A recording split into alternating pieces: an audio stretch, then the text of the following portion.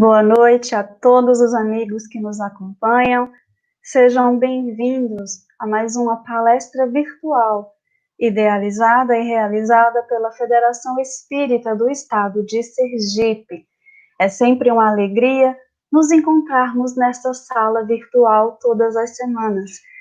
E, como sempre damos início mandando um abraço aos nossos colaboradores, nossos parceiros, Rede Amigo Espírita, TV7, Web Rádio novaluz.org e Rádio Brasil Espírita.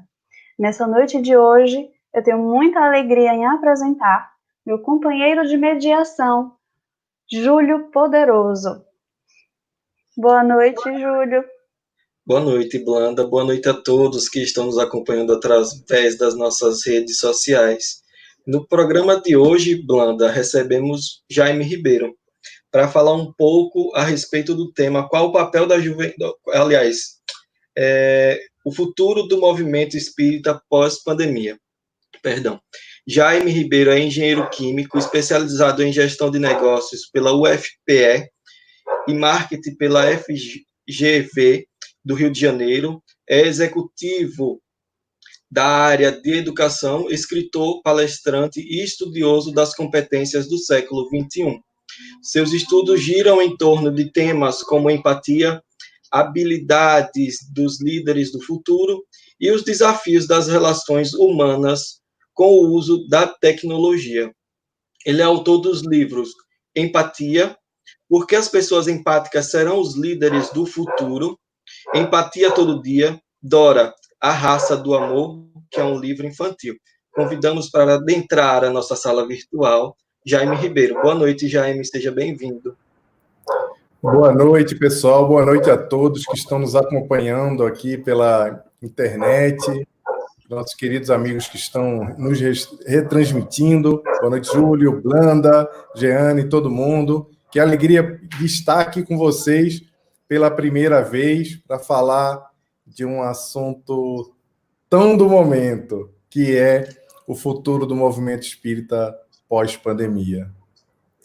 E o interessante, Jaime, é que apesar do seu currículo ser tão extenso, eu acredito que em breve possamos fazer um convite para você vir falar um pouco sobre a questão da empatia e da educação infantil.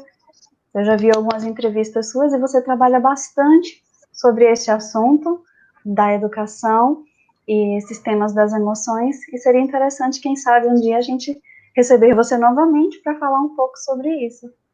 Sem dúvida, Blanda. Só convidar e nós, com certeza, aceitaremos o convite. Amanhã, por sinal, vou estar falando para toda a rede de alunos, para toda a rede pública de alunos do estado de Pernambuco, falar para eles também desse futuro pós-pandemia, levar um pouco de reflexão, pensamento crítico e como as habilidades humanas podem nos ajudar agora no período tão desafiador para todos nós. Excelente.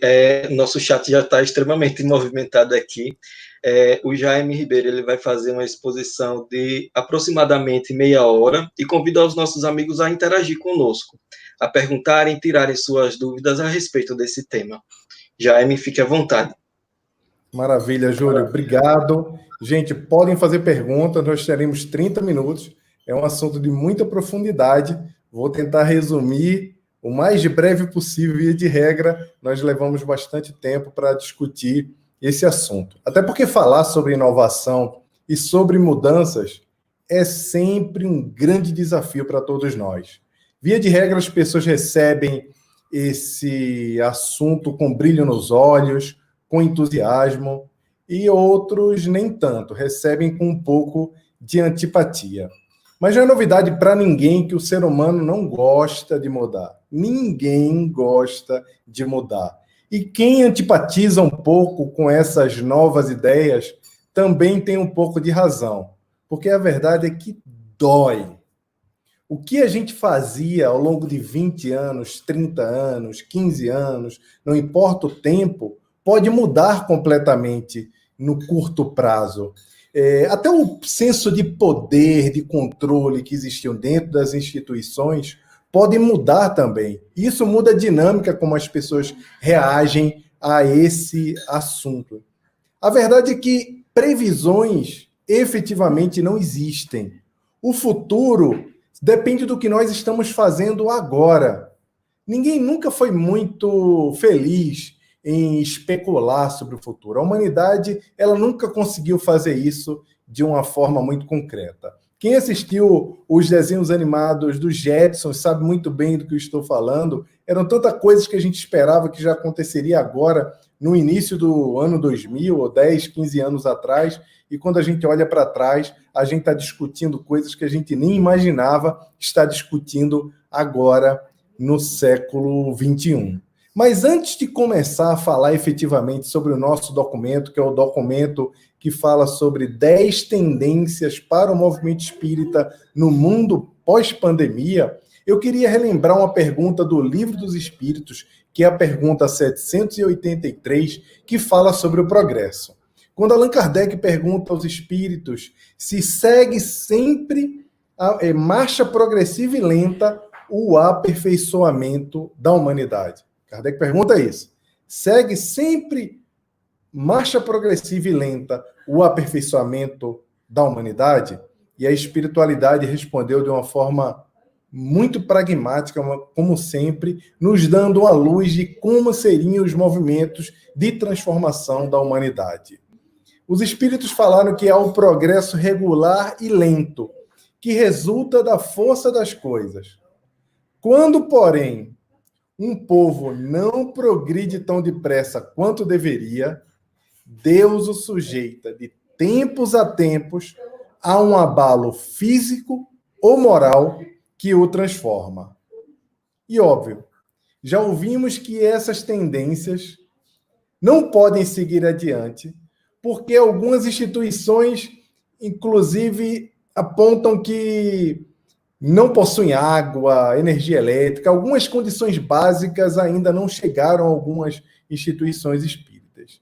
E eu já ouvi em algum momento alguém falando como é que a gente vai falar em futuro, tecnologia, se tem gente que ainda tem problema de água e de luz. Obviamente, quando Gutenberg foi lá, desenvolveu aquela primeira prensa para imprimir a Bíblia em 1450, que ele levou 5 anos para produzir aquela primeira Bíblia, ele não tinha esse modelo mental. Se Gutenberg ou Thomas Edison, que inventou a lâmina, tivesse o modelo mental de que as pessoas não poderiam comprar lâmpada, não poderiam comprar livros, não poderiam ler porque não sabiam ler ainda, e ele não tivesse trazido o progresso, trazido a reflexão, a possibilidade de um novo passo para a humanidade, nós estaríamos agora em outro patamar. Estaríamos talvez agora ainda com Lampião. Obviamente não, porque outro apareceria e se convenceria de que deveria inventar a lâmpada. Então, o modelo mental de que nós não podemos cuidar do futuro, cuidar da tecnologia, cuidar do porvir, porque ainda algumas partes da sociedade se encontram atrasadas, é um equívoco no modelo mental, na forma como nós pensamos. E o nosso documento, ele fala sobre adaptação a novos tempos, ao que os sociólogos, os estudiosos, vêm chamando de novo normal. Obviamente, nós venceremos essa etapa da pandemia, nós passaremos pela Covid-19, mas o mundo vai mudar. As pessoas, as instituições não serão mais as mesmas depois de tudo que nós estamos vivenciando aqui. Antes, ou agora, até bem pouco tempo atrás, nós sabemos que vivíamos num sistema que era composto por uma doutrina atemporal, com os seus princípios que mais parecem um spoiler, uma previsão de todo o conhecimento da humanidade, mas que foi codificada no século XIX, que é praticada dentro de instituições do século XX, que são as instituições espíritas, e vividas por pessoas do século XXI.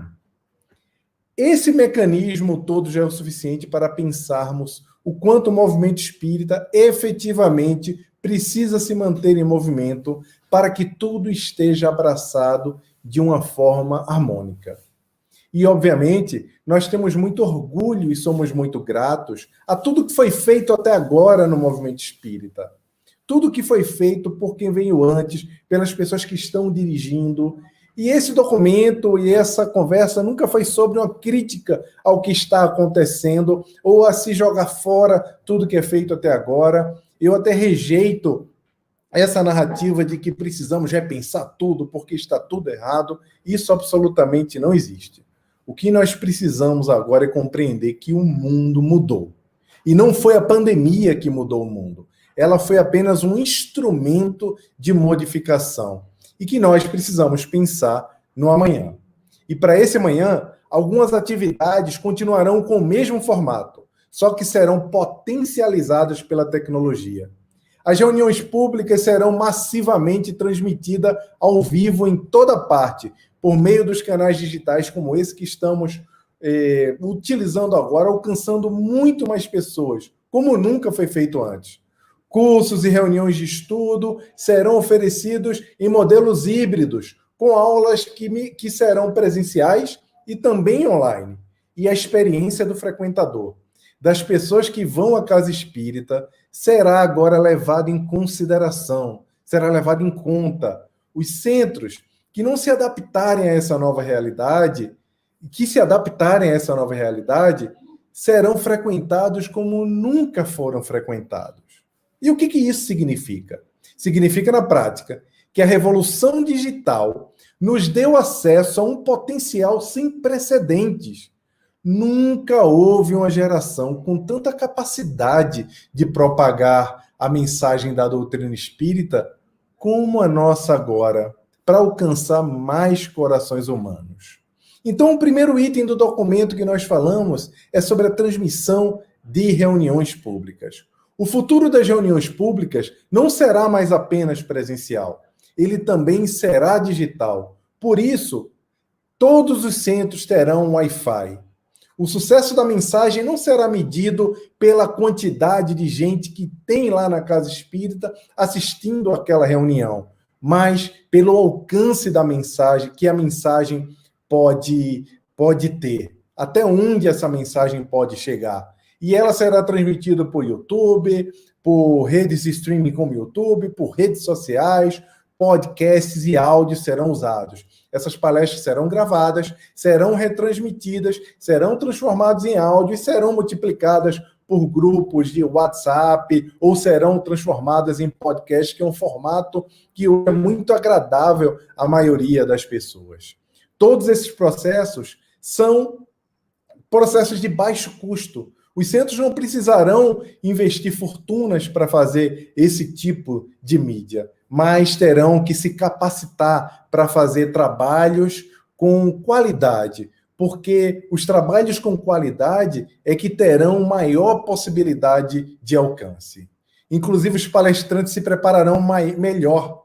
Quantas vezes nós chegamos em algumas instituições e nós vemos claramente que a pessoa, por dominar tanto o assunto, já ter lido tantas vezes o Evangelho, vai e fala, eu vou abrir qualquer trecho do Evangelho, vou fazer a palestra e está tudo bem.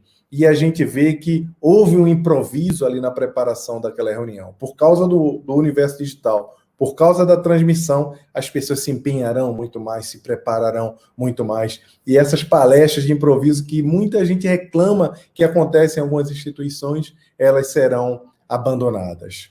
Ou seja, boas instituições que fizerem um bom trabalho de divulgação continuarão lotadas, porque vendo o trabalho bem feito lá no universo digital, as pessoas a procurarão para poder se congregar àquela instituição. Uma outra coisa que vai mudar são os novos formatos de estudos e cursos. Aqueles cursos que nós temos na Casa Espírita, curso de passe, curso de desenvolvimento mediúnico, curso de orador, curso de algum livro e etc. Não importa que tipo de curso. Esses cursos serão híbridos, serão realizados presencialmente e online. Esse formato que hoje está sendo bastante usado Brasil afora, com Zoom, Google Meet e outras tecnologias para conectar as pessoas, eles continuarão coexistindo com os cursos presenciais, com os cursos online e online e presencial. Por que isso vai acontecer agora? Cada instituição vai usar um formato. Nos grupos online, talvez continuem-se as leituras e as pessoas vão usar para tirar dúvidas e se conectar com algum conteúdo complementar. E os grupos presenciais continuarão fazendo a sua tarefa como já faziam rotineiramente. A diferença é que cursos curtos serão oferecidos. Os cursos não terão apenas um formato único, que são aqueles cursos que você vai na casa espírita e os cursos duram 5 anos. Porque a maioria das pessoas não vai estar disposta a ficar 5 anos estudando um livro só, ou estudando um assunto só, como se estivesse fazendo um curso universitário para um curso só. Gente, 5 anos, 4 anos é um curso universitário. Guardando as proporções das horas, é muito tempo estudando um assunto só. Nós continuaremos fazendo os estudos aprofundados, aqueles estudos que são feitos de forma minuciosas nas plataformas, nos encontros de estudos aprofundados. Mas esses não serão os únicos formatos. As pessoas não terão que esperar 15 anos para poder dizer que estudaram as obras básicas da doutrina espírita. Apesar disso, elas continuarão estudando o espiritismo e continuarão estudando a codificação, porque outras técnicas pedagógicas serão acopladas ao nosso processo de estudo da doutrina espírita. Novos modelos de sala de aula também surgirão. As salas de aula não terão mais aquele formato tradicional, todo mundo olhando lá para o professor, facilitador, porque não adianta só não chamar a pessoa que está ali na frente só de professor. Você pode chamar do que quiser, mas se o formato for tradicional, estiver todo mundo olhando para frente para uma pessoa só, que dá a dinâmica do que é a aula, é um formato de sala de aula de mestres e alunos. E esse contexto vai mudar um pouco, porque a interação entre as pessoas será extremamente favorecido por esses novos contatos e por esses novos formatos. E nesses novos formatos se utilizarão celular, iPad, computadores, coisas que hoje em dia em várias casas espíritas ainda é proibido, mas essa tecnologia vai entrar nesse processo do aprendizado da doutrina espírita para se fazer consulta imediata e se enriquecer o estudo. E aplicativos como Kardecpedia e tantos outros vão migrar para um processo de inteligência artificial, juntando Kardec, obras complementares e as pesquisas da atualidade, porque nós precisamos adequar o conhecimento do nosso tempo às coisas que Kardec nos deixou de uma forma tão brilhante. Não podemos ficar só apegado ao que está dito, mas interpretar ao nosso tempo as coisas que não estão ao nosso redor à luz da doutrina espírita. E o mais importante de tudo nesse documento, que muita gente se engana e acredita que o documento é sobre tecnologia, mas ele não é. É sobre acolhimento e sobre a potencialização da nossa capacidade de fazer o bem, que é a experiência do frequentador. As instituições se preocuparão mais em oferecer uma nova e melhor experiência aos frequentadores. As pessoas não vão se sentir mais seguras e em lugares que a higiene não seja levado muito a sério.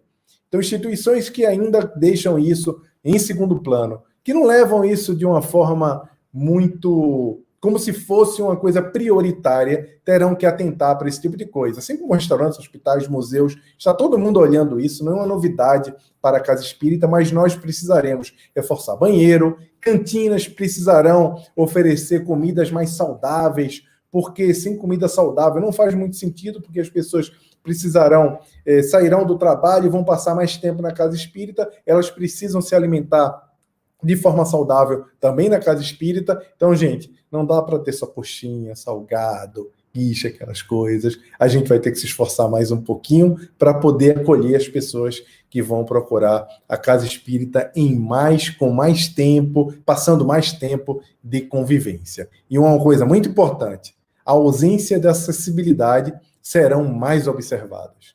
Não podemos ter mais casas espíritas que não se preocupam com os deficientes visuais, as pessoas com problemas de mobilidade. Essas coisas precisam ser adaptadas. Às vezes custam muito dinheiro, às vezes custa pouco dinheiro, às vezes custa só a mudança do nosso olhar com mais empatia, com mais afeto, para as pessoas que querem ser incluídas também.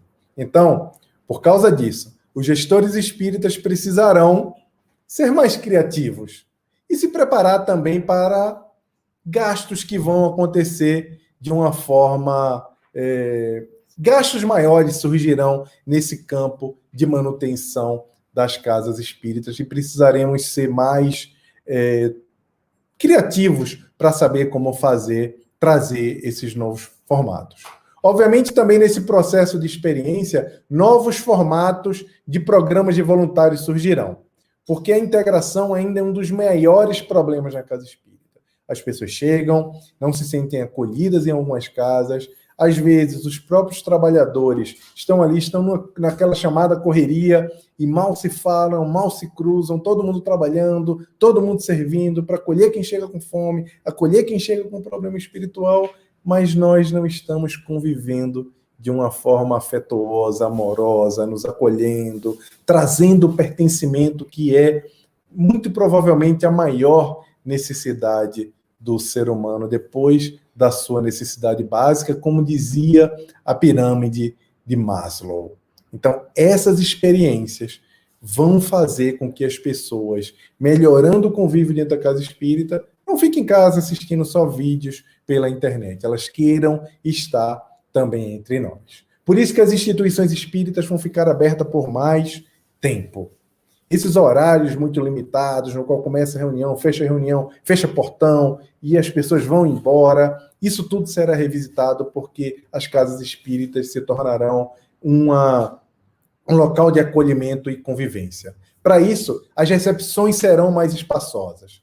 Aquela casa que se preocupa em ter várias salas de aula, vários corredorzinhos para passar para a sala, para distribuir, para que as coisas sejam um pouco mais parecidas com a escola, vão precisar rever esses formatos. Vão precisar, talvez, perder uma sala de aula, mas vão ganhar um grande ambiente de convivência, onde as pessoas vão continuar estudando, mas vão estudar como Jesus fazia à sua época, como Chico fazia embaixo do abacateiro, que é conversando entre si, se acolhendo, tendo uma boa interação nessas salas de convivência maiores, e não mais aquelas recepções frias que nós encontramos em algumas situações. E nessas mesmas instituições, com tempo estendido, com horário estendido, bem parecido com o que fazem hoje algumas igrejas evangélicas, haverá cabines individuais onde as pessoas receberão harmonização, mas não só passes, também conteúdos de vídeos passando, vídeos curtos, áudios curtos, podcasts, passando lá para a pessoa, caso esteja na rua, ou queira se concentrar, ou esteja sentindo alguma dor, ela entra na cabinezinha, escuta uma mensagem bonita, escuta uma live, vê um vídeo curto, toma um passe, se sente melhor e aí pode ficar convivendo ali na casa espírita. E nesse caso, livrarias e cafés serão integrados. Como acontece já no mundo inteiro, em museus, as grandes cafeterias no globo inteiro, onde as pessoas ficam ali na cafeteria, junto com livraria, tudo junto, e não se preocupam com balcões que separam as pessoas. Então, livrarias com balcões, com livros plastificados, com pessoas que pegam o livro para você, essas coisas tendem a sumir, porque as lanchonetes, cafeterias, livrarias, todas deveriam estar integradas nesse mesmo ambiente de recepção da casa espírita. E o pior, não precisa ter ninguém lá para receber o dinheiro, porque as pessoas pegarão o que precisam, o livro que quer, a comida que quer, saberão o preço que está lá e elas pagarão no processo de autoatendimento. É o pegue e pague. Na casa espírita, se a Amazon consegue fazer isso na rua para milhões de pessoas, nós que somos espíritas conseguimos fazer dentro da nossa casa, mesmo que tenha perda, nós conseguimos. Não precisamos de pessoas e balcões, mas separando as pessoas das coisas que são consumidas dentro da casa espírita, porque essas iniciativas, além de serem muito importantes para a integração, serão preponderantes para que a saúde mental dos frequentadores, de nós todos, esteja em dia. E no processo de divulgação da doutrina espírita, outras coisas vão acontecer, como os canais se multiplicarão. Os canais de divulgação, canais como o YouTube, como podcasts, como todos os canais que existem hoje, disponíveis no mundo digital se multiplicarão, mas só aqueles feitos com boa qualidade, que as pessoas se dediquem a fazer as coisas num formato bacana, é que se tornarão relevantes. Isso é muito duro, mas nós precisaremos estudar. Não é novidade para ninguém. Há um tempo a humanidade já vem falando em Long Learning Journey, que nós precisamos nos reinventar e estudarmos mais para poder nos adaptarmos ao nosso tempo. Não é diferente para o movimento espírita. E os divulgadores que estão muito empenhados, que Herculano Pires chamava de estudioso, divulgador sério da doutrina, usarão todos os recursos disponíveis hoje para propagar as ideias espíritas. Assim como Kardec fez em seu tempo. Se Kardec estivesse vivendo o nosso tempo hoje, eu tenho certeza que ele teria um canal no YouTube, ele teria um podcast, ele teria rede social e ele estaria enchendo a nossa caixa postal de e-mails sobre conteúdo espírita, porque ele fez tudo o que era possível ao seu tempo. E atendimento fraterno online também será uma realidade. Assim como acontece com a telemedicina, já acontece hoje, o atendimento online vai funcionar em muitas casas espíritas. Hoje em dia, a Federação Espírita do Espírito Santo já está fazendo esse trabalho, inclusive está multiplicando esse trabalho para as entidades federadas e tem sido um sucesso. Em tempo de pandemia, quando as pessoas não podem ir à casa espírita, o sofrimento não acabou. Muitas vezes o sofrimento está dentro de casa, muitas vezes está na angústia e na ausência da possibilidade de convívio. E a casa espírita, tendo a tecnologia, estruturando a rotina, tendo um local adequado, porque não é fazer o teleatendimento da cozinha enquanto está fazendo alguma coisa, ou enquanto está trabalhando, é horário fixo, tabelado, rotina estruturada e pessoas capacitadas para executar a tarefa por excelência. Esse atendimento fraterno já está acontecendo agora, mas ele se tornará muito comum no universo do mundo pós-pandemia, porque vai acolher as pessoas acamadas, pessoas idosas ou pessoas com difícil acesso, que nunca teriam acesso a um atendimento fraterno. E essas fichas, aquela fichinha que a gente preenche, branquinha, 3 passos, 3 não sei o que mais lá, essas fichas vão estar em nuvem, vão ser preenchidas no universo digital, no mundo digital, vão ser feitas lá. E lá dentro, a gente vai incluir livro, conteúdo de vídeo, podcast, outras mídias, vamos colocar mais coisas ali, trazer um conteúdo, uma proposta de tratamento ou de harmonização mais customizada, ao invés de só usar aquele 3 passos, 3 não sei o que, 3 não sei o que, 3 não sei o que. A gente vai levar a customização por meio desse processo de transformação digital. Na gestão, nós vamos usar as atividades da Casa Espírita serão todas feitas por plataformas digitais. Doações de sócio, sabe aquele carnezinho? Eu esqueço todo mês, gente. Eu não sei se acontece com vocês. Eu quero pagar todo mês a minha mensalidade, mas eu esqueço de levar o meu carnê para carimbar, para passar, para colocar o dinheiro. Não precisa de mais nada disso. Hoje em dia a gente assiste as lives aí de cantores, todo mundo usando o PicPay, já ensina como faz. Se o cantor que está lá usando o PicPay, se a mercearia aqui da esquina usa o PicPay, PagSeguro, nós podemos na Casa Espírita também. Então, por pagamento recorrente, bota o cartão, programa, os sócios conseguirão fazer doações e fazer o seu pagamento recorrente sem precisar, num momento como agora, que a Casa Espírita está fechada e que não pode pegar os carnezinhos, recolher a nossa contribuição, porque a Casa Espírita não funciona, ela tem custo para funcionar. Uma outra coisa que vai acontecer, que já estão trazendo essa iniciativa para alguns eventos, inclusive, que é uma iniciativa que nós propusemos aqui no nosso documento, é que as lojas virtuais das editoras e as editoras vão fazer parceria com as livrarias das instituições, por meio do formato split de pagamento. Eu, frequentador, vou entrar no site dessa livraria, vou entrar no site dessa distribuidora, vou lá, e quando eu comprar um livro, ela vai me taguear, ela vai saber que eu sou frequentador do Núcleo Kardecista Antônio Pereira de Souza e Perdizes. E a compra que eu fizer, parte da rentabilidade vai para a editora e parte da rentabilidade vai para a instituição, que é a instituição do meu coração. Assim que vai funcionar, e isso já pode ser implementado. O que é que falta? A gente iniciar esse formato, já foi provocado. Eu já fiz intermediação com algumas editoras, inclusive com hiperlivros.com.br, e a Hiperlivros já está fazendo esse processo para todos os centros que quiserem se cadastrar. Isso é uma grande inovação. Isso vai fazer com que a livraria do centro, de 200 títulos, 300 títulos, passe até 2.000, 3.000, 4.000, 5.000, 10.000, de acordo com o que o centro acredita que aquela obra doutrinária é importante e relevante para os seus frequentadores ou não. E os dirigentes precisam chamar as pessoas para discutir todos esses formatos que eu acabei de falar. Eu sei que isso pode parecer estranho para uma ou algumas pessoas que sempre decidiram tudo sozinhas. O que se estuda, o que se lê, o que se ouve e o que se faz na casa espírita. É bem estranho, mas é importante ouvir as pessoas, fazer pesquisa de satisfação, entender efetivamente o que está incomodando, o que pode melhorar.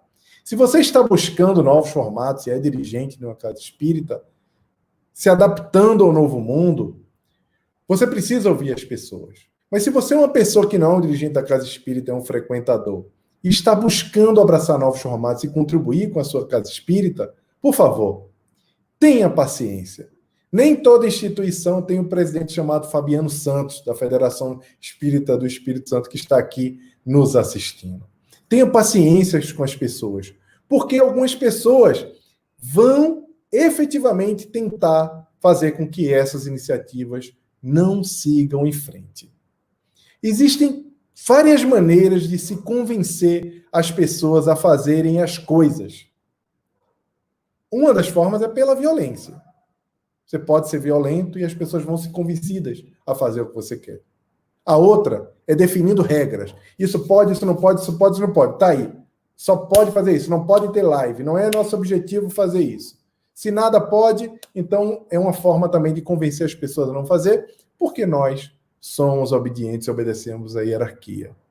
Mas a melhor forma é pela educação. É reunindo as pessoas, convencendo, mostrando. Ninguém precisa usar violência. Ninguém precisa usar regras autoritárias para poder convencer as pessoas a não fazer o processo de inovação. Você pode fazer tudo isso convencendo e chamando as pessoas para conversar. Estamos na era do convencimento.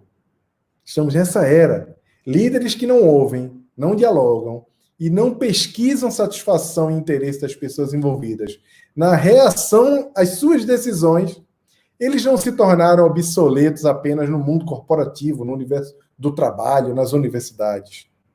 Eles se tornaram obsoletos em toda parte. Essa prática impositiva não funciona mais. Ainda mais quando ela está baseada em crenças pessoais ou na crença de que as coisas sempre foram assim. Por outro lado, você que acha que as coisas precisam mudar, precisa entender que estamos em processo de transição.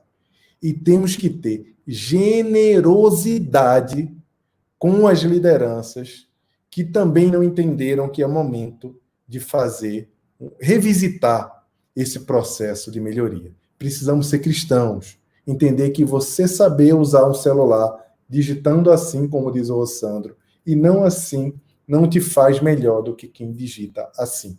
Se você tem mais intimidade com as plataformas digitais, não quer dizer que você seja melhor do que quem não as tem.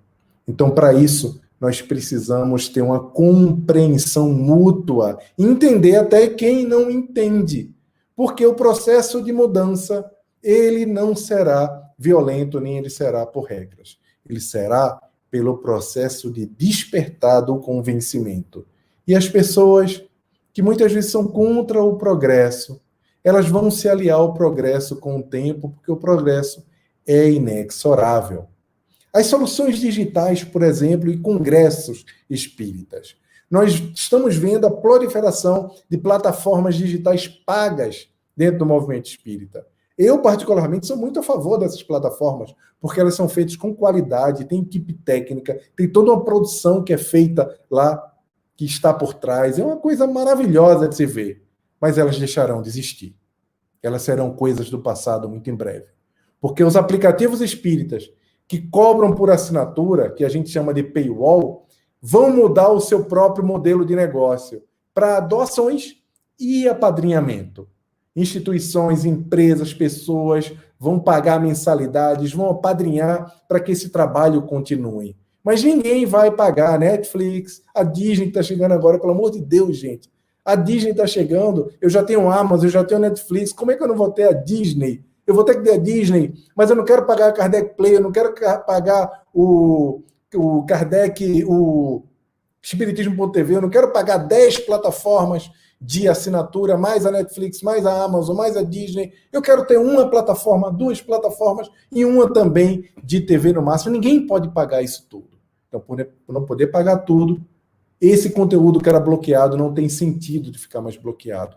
E ele não será mais bloqueado. E nós, por generosidade, por entender que aquele trabalho é relevante, generosidade e por entender que aquele trabalho é relevante, continuaremos suportando essa tarefa. E ao contrário do que se possa pensar, quem tiver conteúdo útil e relevante vai crescer exponencialmente, inclusive em receita. E os congressos espíritas, eles acabarão, porque está todo mundo, todos os congressos são online agora, em absoluto. Os congressos vão acontecer normalmente, porque os contatos pessoais no mundo pós-pandemia serão muito valorizados. Muito valorizados. E esse contato pessoal será a maior fortaleza que nós teremos para a nossa própria saúde mental, que vai ser uma das coisas mais relevantes que a humanidade vai começar a olhar agora, devido à pandemia de solidão e de depressão, de ansiedade e de depressão. Só que esses congressos terão mais momentos de arte. Sim, muita gente não gosta de arte. Eu adoro músicas evangélicas, estudo quase, ouço quase todos os dias. Eu e minha esposa, a gente adora. E a gente também gosta de música espírita, mas a gente queria ver muito mais. Mas precisamos de espaço para que a arte espírita dê lugar, para que ocupe espaço. Então, esses congressos terão muitos momentos de alegria e de interação. O movimento federativo também vai passar por um processo de mudança. E eu sei que às vezes é doloroso também pensar sobre isso e se meter num processo de facilitação, porque a unificação ela nunca foi tão importante como agora. Mas as tarefas mais relevantes das federativas será produzir conteúdo relevante, será fazer lançamentos, trazer conteúdo bom para o movimento e capacitar os trabalhadores para torná-los grandes especialistas no que fazem. Aquele papel da curadoria doutrinária, de dizer esse palestrante presta, esse não presta, esse livro deve ser lido, esse livro não deve ser lido, vai ser ressignificado. Porque o mais importante agora é fazer com que o conteúdo bom seja tão relevante que as pessoas, olhando o conteúdo ruim, o conteúdo que fere a segurança doutrinária, que não tem nada a ver com o espiritismo, seja abandonado, de tanto que nós temos conteúdo bom.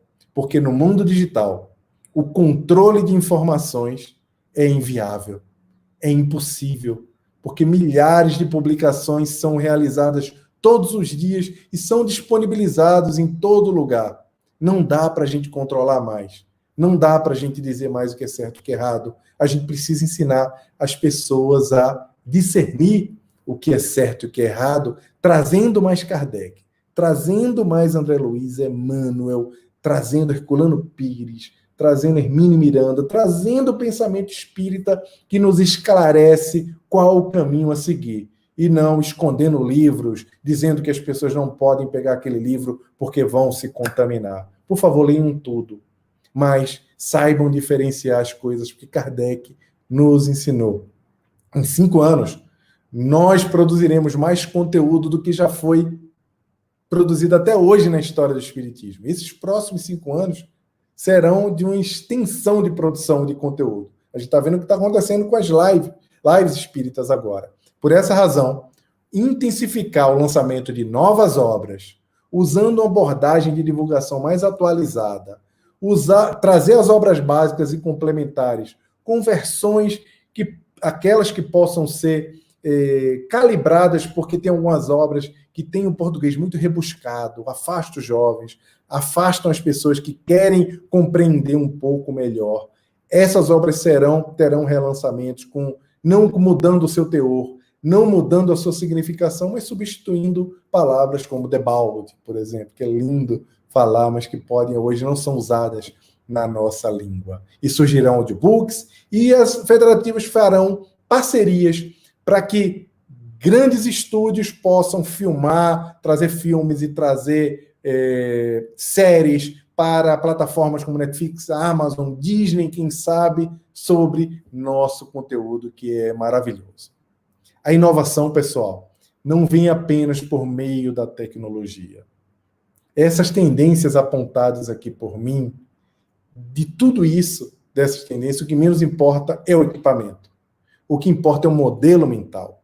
O alcance da mensagem na era digital. Mais pessoas recebendo o conteúdo da doutrina espírita. Nós queremos isso? Sim. Convivência e pertencimento. Queremos pessoas felizes, se sentindo bem na casa espírita, sorrindo, convivendo melhor? Queremos? Sim. Segurança doutrinária. É importante a gente saber como identificar o conteúdo bom do conteúdo que não é confiável, entender o que é efetivamente um livro, um conteúdo que é seguro do ponto de vista doutrinário. Precisamos entender isso? Queremos? Sim. Nenhuma dessas inovações está baseada no pilar do processo intelectual da humanidade. Elas estão baseadas no pilar do progresso moral. O uso da tecnologia para multiplicar a corrente do bem, a consolação, o aumento da mensagem do Cristo. É para isso que a gente trouxe esse documento.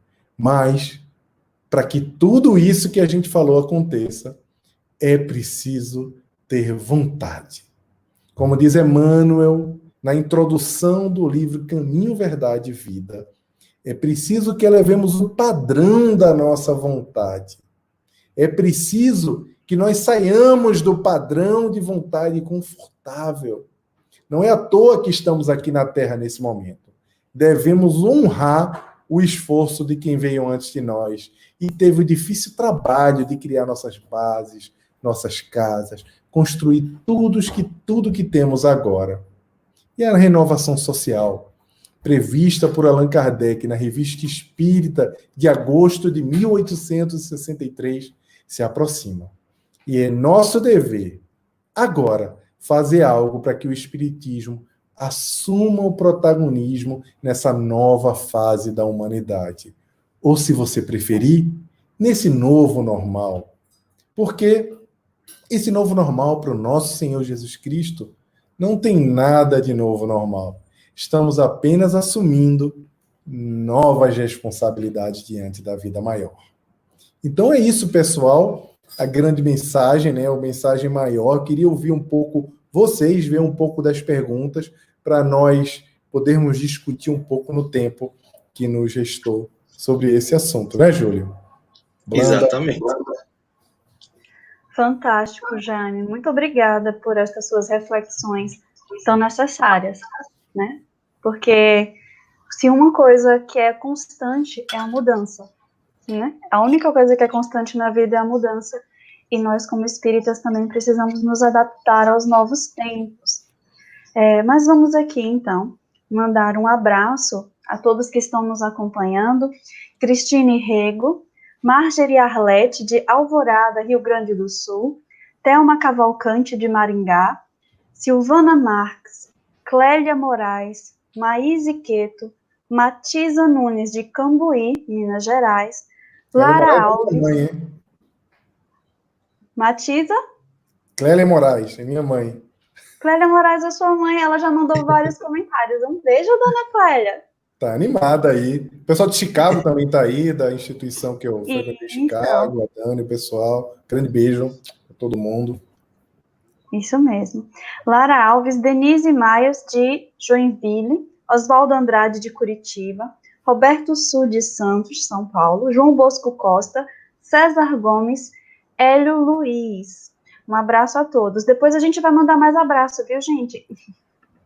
Senão já os comentários, você esqueceu de mim. Esqueci não, gente. A gente não esquece, não. Mas vamos lá. Nós temos aqui uma pergunta muito interessante do nosso amigo Daniel Rosa. Um grande abraço, Daniel. de Goiânia, Goiás, sempre conosco. Quando ele não participa, a gente sente falta, viu, Daniel? E ele questiona. Jaime, o aproveitamento de palestrantes no centro espírita, baseado no modelo das escolas no plano espiritual, careceria de não restringir para a tribuna por relevância do título profissional? Eu vou ver se eu entendi bem essa pergunta. Ele pergunta se a formação ou o título profissional deve ser levado em consideração para a tribuna espírita. Mais ou menos isso mesmo. Gente, por favor, se alguém estiver fazendo isso, diga para o dirigente aí que eu queria conversar com ele de uma forma muito afetuosa. Isso não faz o mínimo sentido mais. O que acontece, pessoal, é que, brincadeiras à parte, durante um bom tempo, em especial na metade do século passado, é tão estranho a gente falar na metade do século passado, mas o espiritismo era muito atacado pelos seus antagonistas. Isso foi na época de Kardec, e aqui no Brasil houve uma onda de ataque à doutrina espírita. E nós precisávamos trazer algumas credenciais, como alguns palestrantes falavam de uma forma um pouco mais sofisticada, citando muita referência histórica e muita referência de cultura aprofundada, para poder mostrar para as pessoas que o espiritismo era uma coisa muito séria, que precisava se levar muito, que era ciência, que era filosofia, e não era só uma crendice. E houve um movimento muito forte para se trazer esse espelhamento, que é muito importante e deveria ser feito dessa forma.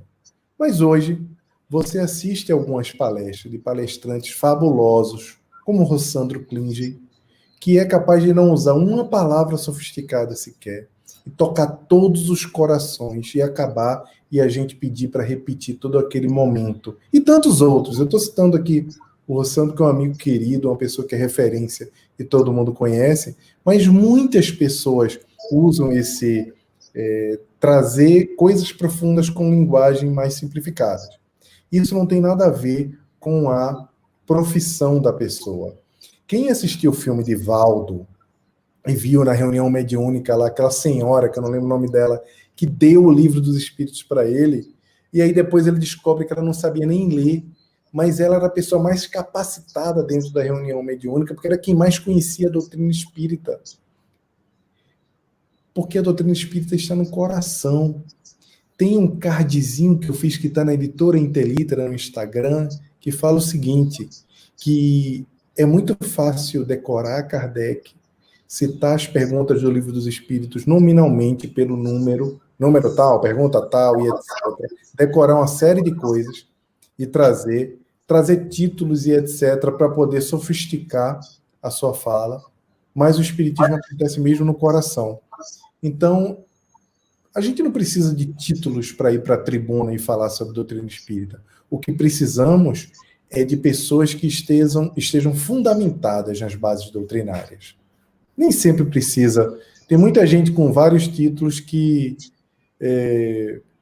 fazem um sincretismo assim, que não faz o mínimo sentido para divulgação e para a prática da doutrina espírita. Verdade. Temos muitas perguntas, muitos elogios aqui. Está bem movimentado o chat mesmo. Esse tema chamou a atenção do pessoal. Temos uma pergunta aqui. Essa seria uma oportunidade para a vivência jovem na casa espírita e nas redes sociais espírita, auxiliando, na verdade, nessa evolução digital das casas? Sem dúvida. A primeira coisa é separar tecnologia, internet de rede social. A rede social não é a internet, nem a tecnologia é só a internet. Aí lembra, o documento ele usa a tecnologia, fala sobre a tecnologia, mas ter YouTube, ter Facebook, ter Instagram não quer dizer inclusão digital, porque as redes sociais são mutáveis. O uso da tecnologia e dos veículos são mutáveis. Qual é o nosso princípio? São imutáveis. Qual é o nosso principal objetivo? Nosso principal objetivo é a divulgação da doutrina espírita. Não é Se a gente vai usar livros, ou audiobooks, ou palestras, isso não importa muito o formato. O formato, o que não pode acontecer é nós ficarmos olhando formatos do passado. É mais ou menos de a Igreja Católica rezando missas em latim de costas e esperar que as pessoas compreendessem a palavra de Jesus. Nós usamos as plataformas digitais porque as pessoas estão lá. E por as pessoas estarem lá, nós precisamos popular onde as pessoas estão. Se as pessoas estão, o bem e o mal está ali. As provas e as expiações também estão ali. O conhecimento está ali. Então, nós não podemos nos furtar de ocupar esses ambientes. O jovem tem um papel importantíssimo. Eu dei um recado para os dirigentes, para que ouçam as pessoas, mas em especial que entreguem tarefas para os jovens. Por exemplo, eu estava fazendo uma reunião essa semana, uns dias atrás, uns 20, 30 dias atrás, e tinha uma pessoa que apresentou uma comunicação de um evento nova. Essa comunicação, tem tanto jovem na casa espírita, mas tem uma pessoa que acha que tem que fazer a comunicação ela própria. E traz uma comunicação assim completamente fora de contexto, que não, com muito texto, não chama atenção, cara crachá não conversa. Chama um jovem. Cara, me ajuda nessa comunicação. Você entende? Entendo de design. Me ajuda com isso aqui. Você pode fazer isso? Você pode ser minha assistente? Você não consegue largar o osso, né? Quer ser a pessoa que faz. Pode me ajudar? Pode ser meu tutor? Pode ser meu professor? Lembra até a Rainha Vitória e o Abu? Vocês viram esse filme? Está na Netflix? Quem não viu, veja logo. Então, a rainha da Inglaterra pediu para o servo indiano ensinar, ser professor dela, seu mestre. Então, convida um jovem para ser o teu mestre das plataformas digitais, em como fazer melhor, em como se comunicar. Agora, os jovens não podem se frustrar se eles continuarem recebendo não, continuarem vendo as portas fechadas, porque as pessoas ainda terão resistência, mas não podem desistir, porque o Cristo não trabalha com desistência. Incrível, incrível e necessária essa informação. Vamos continuar mandando os nossos abraços. A Giovana Fante, de Jaraguá do Sul. Aqui o Present SSI, de Chicago. Não sei o que significa.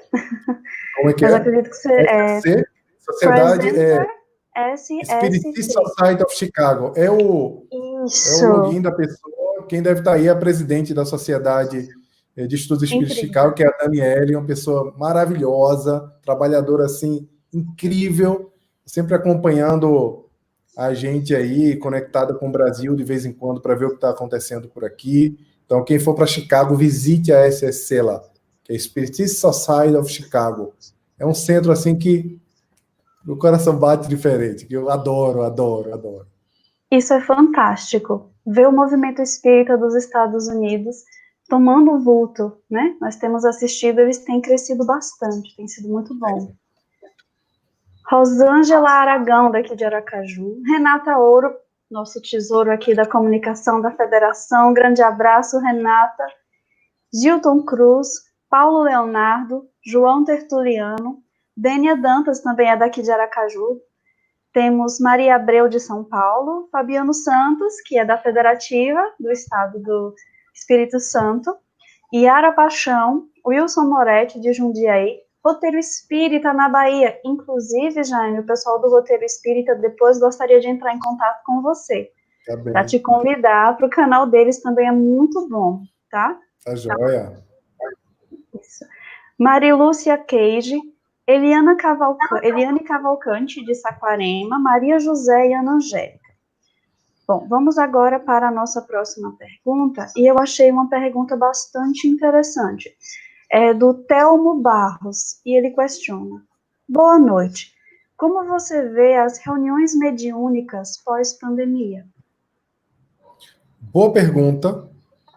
Essa é uma excelente pergunta. Sempre aparece, inclusive me perguntaram sobre por que o documento não tratava do futuro das reuniões mediúnicas. Eu respondi isso na Casa dos Humildes, lá em Pernambuco, quando me fizeram essa pergunta, que quando você olha o Brasil, e é importante que quem está no movimento nacional, ou criando documentos para o Brasil como um todo continental, nós vemos que tem uma diversidade muito grande nos formatos da prática mediúnica. Há quem diga que não deveria ser assim. eu concordo, mas eu acolho e respeito todos os formatos, porque assim como nós precisamos acolher as outras religiões, as outras crenças, as outras doutrinas, eu acolho também quem utiliza outro formato de reunião. Em Pernambuco mesmo, eu sou pernambucano, existem instituições que têm vários formatos. E eu, particularmente, eu tenho a minha ideia de como as coisas devem seguir. Estou alinhado com o que pensa o Hermínio Miranda sobre reuniões mediúnicas. Esse é a minha percepção. Mas eu respeito quem faz em outros formatos. Então, por conta dos outros formatos, é muito difícil a gente trazer no documento uma previsibilidade de como serão as reuniões. Eu trago lá no documento falando sobre a questão de distanciamento, de higiene, essas coisas todas, em como as pessoas vão ter contato, mas não coloquei a discussão de como serão os formatos mediúnicos para frente, por conta dessa diversidade. Eu, particularmente, fora documento, acredito que não vai mudar nada em relação aos formatos das reuniões mediúnicas. Porque nós teremos a vacina, e na vacina nós vamos conviver normalmente, não faz sentido nenhum o uso da tecnologia para reunião mediúnica, e nem o formato deve ser desenhado. O que eu peço às casas espíritas é que talvez seja um bom momento para refletir sobre os modelos apresentados pela Federação Espírita Brasileira, e que no livro Diálogo com as Sombras e em tantos outros do Manuel Filomeno de Miranda, ele nos ensina quais são os formatos ideais para nós tratarmos a reunião mediúnica. É um bom momento de reflexão. Legal. Vou ler só um comentário aqui que acabou de chegar. Nádia, ela fala o seguinte: amigo Jaime, quando eu crescer quero ser como você. Ela lá do Rio de Janeiro. A nossa próxima pergunta é de Fabiano Santos. Ele questiona o seguinte: no seu entendimento, quais os maiores obstáculos no movimento espírita para a implementação das principais tendências sugeridas no documento? Um grande abraço, Fabiano, que é o presidente lá da Federação do Espírito Santo, né? Um trabalhador aí incansável dessa inovação. Várias coisas do documento já estão implantadas lá e sendo multiplicadas para a Casa Espíritas. É uma alegria assim, incrível. Várias iniciativas. Eles, inclusive, começaram antes, né? Para a gente saber quando o movimento da verdade, o movimento da mudança, ele vai aparecendo em vários pontos ao mesmo tempo. Na minha opinião, Fabiano, que é o que você perguntou, né, sobre a minha percepção, o grande empecilho a essa transformação é o modelo mental ainda da nossa direção de algumas casas espíritas. Nós ainda temos um apego muito grande à sociedade que o Byung-Chul Han, filósofo incrível coreano, fala, ele chama de sociedade do controle, sociedade que Foucault chamava de sociedade do controle, onde as pessoas achavam que existia um poder central, que ele tinha que ver tudo o que estava acontecendo e controlar tudo o que estava acontecendo. E no nosso modelo atual, no nosso modelo que já não é mais formado por asilos, por mercearias, por orfanatos e por escolas e hospitais, é o modelo do shopping center, o modelo do digital, o modelo de outras coisas, é uma outra sociedade, uma sociedade que tem uma dinâmica completamente diferente da dinâmica da sociedade do controle. Isso não se aplica mais, então a gente está mais para o processo de discussão e convencimento, não abrindo mão da liderança, obviamente, que é muito necessária e deve continuar, só não mais de uma forma impositiva. Então, durante muito tempo, nós nos esquivamos da tecnologia no nosso campo pessoal. No nosso dia a dia, as pessoas rejeitaram a tecnologia ao longo de muitos anos. Eu lembro que quando estava se popularizando websites, os centros não queriam fazer porque diziam que era uma coisa de comércio. Quando o Facebook começou a tomar vulto, os centros não queriam fazer porque diziam que era coisa de jovem que queria namorar. Quando o Instagram começou a aparecer e tomar um outro formato, os centros diziam que o Instagram era uma rede social de imagens e como é que ia se comunicar por meio de imagens sobre conteúdo doutrinário. E a gente está vendo o que está acontecendo agora. A gente está sempre atrasado com o formato porque a nossa mentalidade ainda está atrasada. E a gente confunde uma coisa muito importante. O movimento espírita, ele já diz, é movimento. É um movimento de pessoas, ele é dinâmico. O formato tem e precisa mudar. Não tem jeito. Se amanhã tiver gente em Marte, que o Elon Musk quer levar 100 mil pessoas lá para colonizar Marte, vai ter que ter um centro espírita em Marte. E vai ter que ter um maluco que vai dizer, eu vou colocar um centro espírita lá, ou eu vou transmitir espiritismo para lá. Ou seja, essas coisas que parecem mais surreais, nós precisamos revisitar. E aí, por incrível que pareça, alguns dirigentes escaparam da tecnologia a vida inteira, mas a tecnologia chegou à casa espírita agora e precisa conviver com ela. Como vai mudar o mindset? Tem gente que não vai mudar, infelizmente. Mas nós continuaremos fazendo o nosso esforço para esclarecer da necessidade imperiosa de levar a mensagem espírita a mais corações. E aí, nós continuaremos fazendo o nosso trabalho. Esse tipo de trabalho aqui, por exemplo, ele não vai parar. Ele continuará mesmo com a federação aberta. E isso alcançará mais corações. Algumas pessoas vão dizer que o centro vai abrir, a gente vai parar com tudo isso aqui. E aí, sabe o que vai acontecer? As pessoas vão fazer um paralelo. Dentro do centro, pessoas fazendo grupos paralelos. Isso é terrível. Então, é melhor que a gente acolha, que a gente mude o nosso modelo mental e que o dirigente que se incomoda com isso, ele convide as pessoas para fazer a transformação. Porque nós amamos esses dirigentes também. Eles têm um grande trabalho que foi feito dentro da Casa Espírita que não pode nunca ser reduzido ou subestimado. E mesmo com a confusão de não entender que isso é importante, nós precisamos acolhê-los e ter muito carinho e afeto por essas pessoas.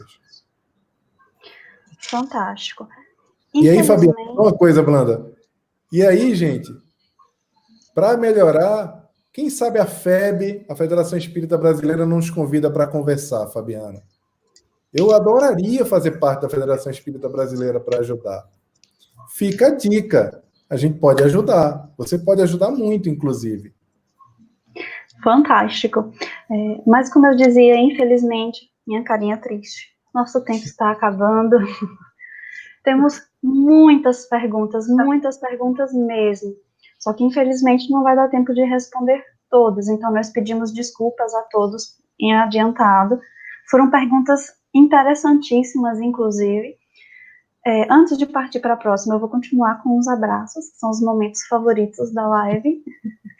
Um abraço a Fal Neves, de Aracaju, Anselmo, 7714, Ana Tereza, que também está acompanhando de Chicago, Lúcia Lima, deixa eu ver aqui quem mais, deixa eu achar todos os nomes, Patrícia Tavares, a Nádia, que eu não sei pronunciar o nome, Cláudia Esperança, Rosa Oliveira, Célia Oliveira, Claudineire Melo, Célia Muniz, Vanusa Silva Góes, também trabalhadora da comunicação aqui da Federação, muito querida, Rogério Rodrigues, Elis Vasconcelos, Maria Lourdes de Vacária, Iraci Azevedo, Lua Lima, Paulo Melo, Iane dos Santos e Luciana Moura. Um grande abraço a todos. Agora vamos para a pergunta, que também eu acredito que seja uma pergunta bastante interessante para esse caso.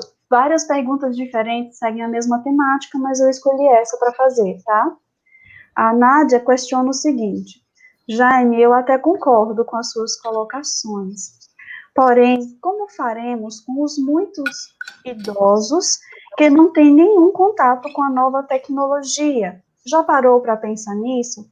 E eu acrescentaria também a questão dos analfabetos, porque aqui no Brasil ainda existe uma quantidade muito grande, principalmente nas áreas mais interioranas dos estados, e aqui no Nordeste acontece bastante.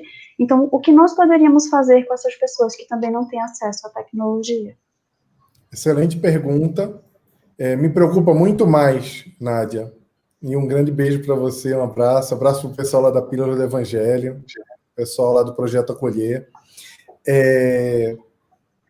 Eu me preocupo muito mais as pessoas que não têm acesso, que são os excluídos digitais.